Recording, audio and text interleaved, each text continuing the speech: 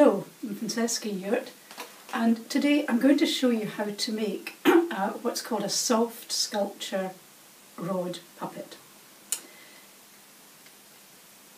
The puppet, the way of making the puppet and operating it is based loosely on this type of puppet, which is called wayang golek. It originates in Indonesia. These puppets obviously are quite old. They're carved out of wood and dressed very beautifully, and they're not playthings, they're not for children to play with. They're very much an adult form of entertainment, and they would be used to enact the stories in the Hindu epics like the Mahabharata, maybe the story of Rama and Sita. If I lift up the costume of the puppet, you can see that there's a central rod, quite a thick rod, and then that goes right up into the head. The head is actually detachable. I think it used to be anyway that the puppeteers were itinerant, and they liked to have lots of heads and maybe not so many bodies, so they could interchange the characters, because these epic stories have a cast of thousands. Then the arms are operated on two smaller rods, and again the people who operate these puppets are highly skilled, trained for years and years and years, and they can do all kinds of things with them. So this is the puppet that we're going to make today. It doesn't have to be like mine, obviously, and it's very much cruder, but they're really lovely puppets to work with, and particularly maybe if you're working as a family, you can have all sorts of things happening and characters interacting, and but the way of operating is just similar to the wayang, and you've got your two rods here. You can actually operate it by holding the body rod and one of the arm rods, and then you have a better movement of this. So they can do all kinds of things. They can hold objects. They can have all sorts of altercations. So that's what we're going to aim for today. So the first thing I would advise you to do before making the body of the puppet is to make the hands and attach them to their rods. And there's a number of reasons why this is a good thing to do beforehand, maybe even the day before. I'm going to be using a hot melt glue gun, and that's because it really is the best thing to do, and it's to use. It really is the best thing to use, and it dries very quickly. But if you're making the puppet with children and you want them to be involved in all the stages, then you obviously couldn't give them one of these. And in that case, you can use a good quality PVA glue, but what I'm going to do just now will then take hours to be ready to use. So that's why it's maybe better to do the hands hours ahead of everything else. So I've cut out two hands. I've cut them out of really thick card, and they don't have to be quite so thick. Cereal packets are quite good too, and easier to work with. I've coloured them on one side, and on the inside I've coloured them like that, and there's a reason why I've done that, because we're going to actually sandwich the rod in between these two hands, but we have to leave this kind of wrist area, cuff area, clear of glue. It's very important you do that. You'll see why later on. So what I'm going to do is to glue, and I'm using a lot of glue because I've got to attach this wooden rod. And then if you can see, I'm going to lay it on like this at right angles to the hand. I think I'll put a little bit on this one too. And you're sandwiching the rod in between, and you really do have to press well down, but don't let these these bits get glue on them. So now we're going to make the head of the puppet. Unfortunately, my days of wearing tights sort of ended in the 80s, so I didn't have any skin coloured tights, which are kind of nicer, but a friend gave me her colour choice, so we're going for a kind of alien theme. I just landed from Mars theme. And you stuff your bit of tight with polyester stuffing. This is the kind that you buy for stuffing soft toys. And you actually need an amazing amount to make the head because it gets very tight. But even as you're making it, you should be kind of looking to see if you can see maybe a nose emerging, a face emerging.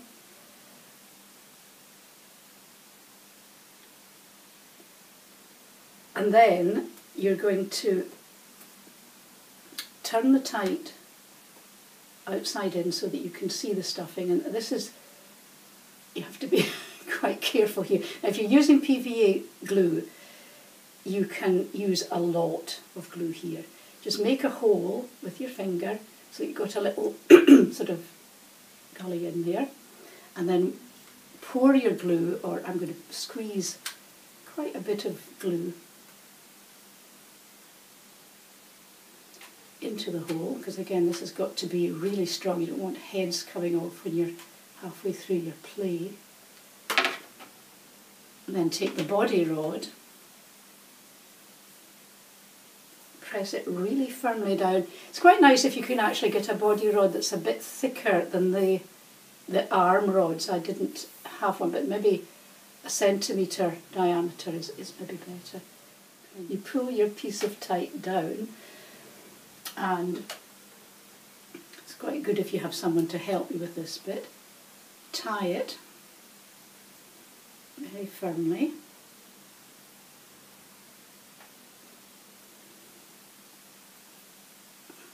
With a knot.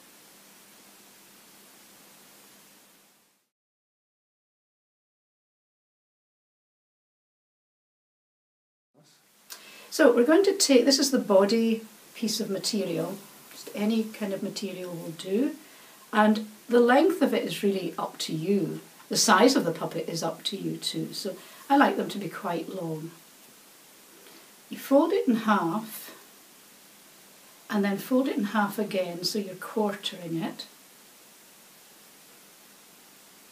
And you can see that little tip there. You're going to take a little nick off this corner, and it really should be quite a little nick, because if you make too big a hole you have problems. When you open it out, you have a hole right in the centre of your piece of material. You're going to push the body rod through,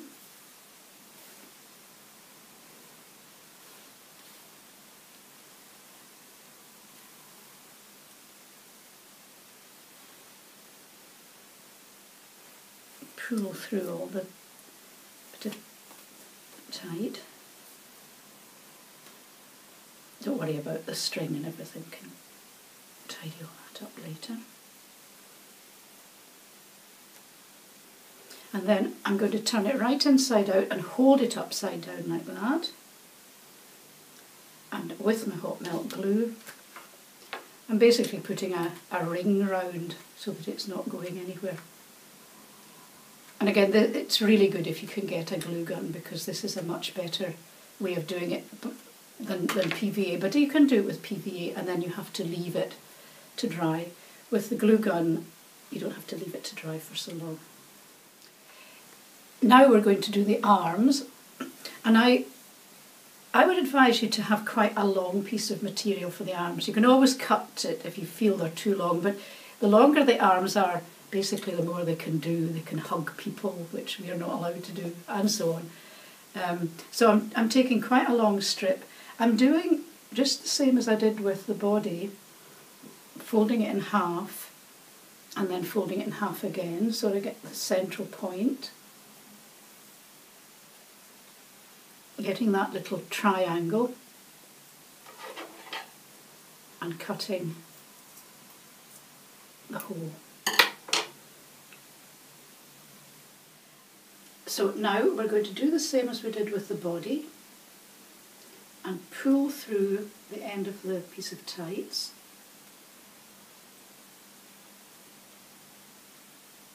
Bring it down. You can to some extent stick it with the glue that's already there, but I'm going to, to be on the safe side, I'm going to put another ring of hot melt round here.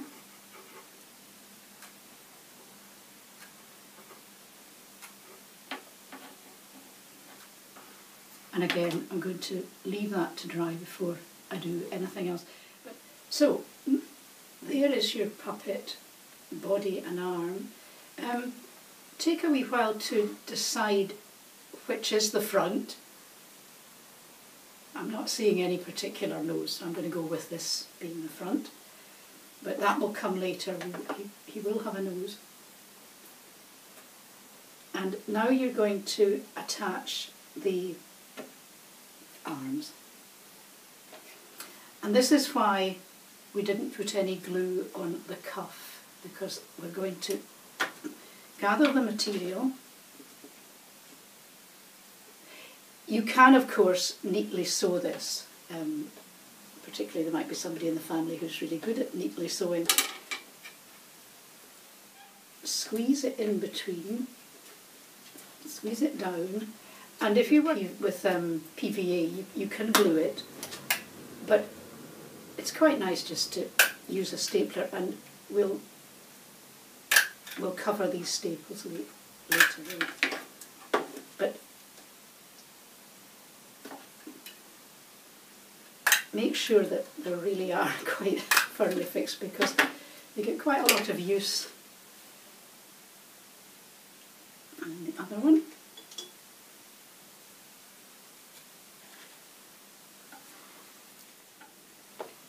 I don't know if I said, but the convention with puppets is that the thumb is facing upwards, and you'll also see that I'm doing the convention of only 4 fingers. This is quite usual in animation and puppetry. It just makes it a bit easier to cut out.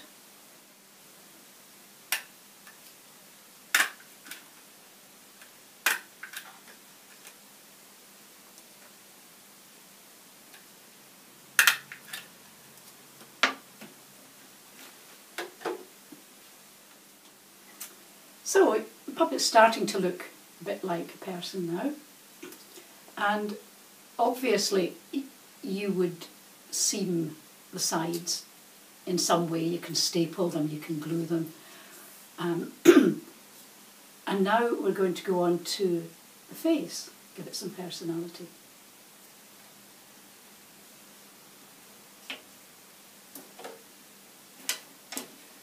These are 2 soft sculpture puppets that I made a while ago. I made them as glove puppets. But I wanted you to see what you can do for the faces when you've got time, because you can be quite inventive. So I'll just take her off. The eyes, for the eyes I've actually bought the kind of eyes that you use for soft toys, and these are really rather nice. And then for the nose, and with this one even for the mouth, I've actually used a needle to sew into the soft sculpture. And you do that by going in and out and in and out. And you can make some quite interesting features. You can also do things like wrinkles, you can do eyebrows. So it's just really up to you how much time you want to spend on that. So some ideas for eyes. I mean, you can just use a felt tip pen and draw the face on, and that's absolutely fine as well. But if you want to be a wee bit more adventurous, you could, for example, cut eyes out of card.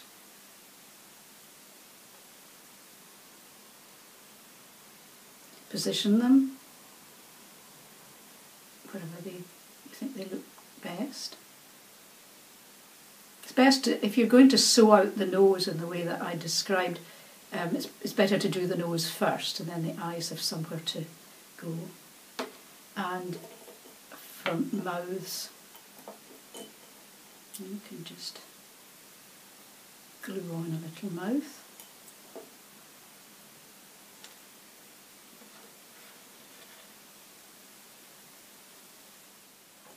Another thing you can do is give it little red cheeks. Oops. And hair. I like to have fur fabric. Again, you can buy that and you can put all sorts of different hairstyles on. Or you can use wool. This is quite nice because this is a piece of knitting that I gave up on and unravelled, so it's nice crinkly hair, so you can glue that on or sew it on. And as I said, if you want to hide your staples, just a little cuff. Felt is good because felt doesn't fray, but anything will do. And then bit of bling. And then you can have fun, you can make all sorts of robes for it, you can attach all sorts of things to it, you can give it a hat. The world's your oyster. As you're making your puppet, I always find people start to talk to it, particularly once the eyes are attached, they start to relate to it. And so even before you've finished your puppet, you've maybe already given it a name, you've maybe decided which planet it's come from, what it's like, its personality and so on. And of course, if you're making it as a family, you've probably had all sorts of little interactions. And out of these can come ideas for plays. Or of course, you could start the whole thing deciding that you're going to do, say, the story of, I don't know, Little Red Riding Hood or Shrek or whoever. There are instructions, there's a worksheet for making soft sculpture rod puppets in my book, Putley's Puppet Magic. This is a book that takes you through a whole lot of different puppet types. It gives a little bit of historical background, tells you a little bit about how these wayang golek are used, and there are some plays. If you would like a copy, they're £5, that's including postage, and if you contact me through my website, I'll send you a copy. Hope you have fun.